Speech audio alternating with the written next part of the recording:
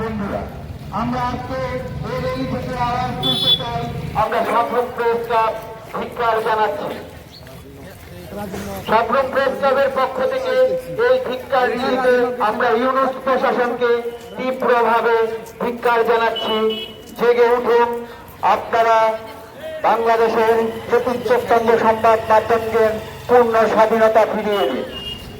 সম্পূর্ণভাবে মানবাধিকার লঙ্ঘিত আমরা আমাদের এই আন্দোলন আমরা এগিয়ে নিয়ে যাচ্ছি দেশ থেকে দেশান্তরের সমস্ত গণতন্ত্রের চতুর্থ স্তম্ভ সংবাদ মাধ্যমের কাছে। আমরা সাপ্রদায়িক প্রেস ক্লাব পাশে আছি বাংলাদেশের সমস্ত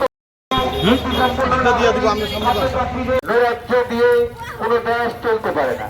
গণতন্ত্রের চতুর্থ স্তম্ভ হচ্ছে সংবাদ মাধ্যম।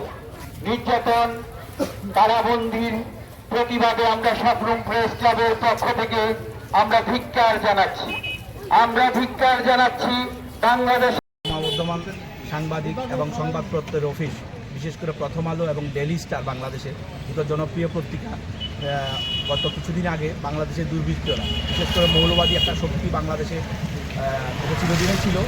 গত 5ই আগস্ট 2024 থেকে এই মৌলবাদী শক্তি ফের তাদের রূপরেখা তৈরি করে বাংলাদেশের যে গণতান্ত্রিক অধিকার, মানুষের যে জনগণের যে গণতান্ত্রিক অধিকার তাকে পূর্ণ করার জন্য লাগাতার চেষ্টা চালাচ্ছে। এবং বিশেষ করে ভারত বিরোধী, ভারতের 7 সিস্টারকে আলাদা করে দেবে ওরা যে হুমকি দিচ্ছে, এটা তো ঠিক নয় যে ভারতবর্ষ একটা বিশাল দেশ যার 140 কোটি লোক।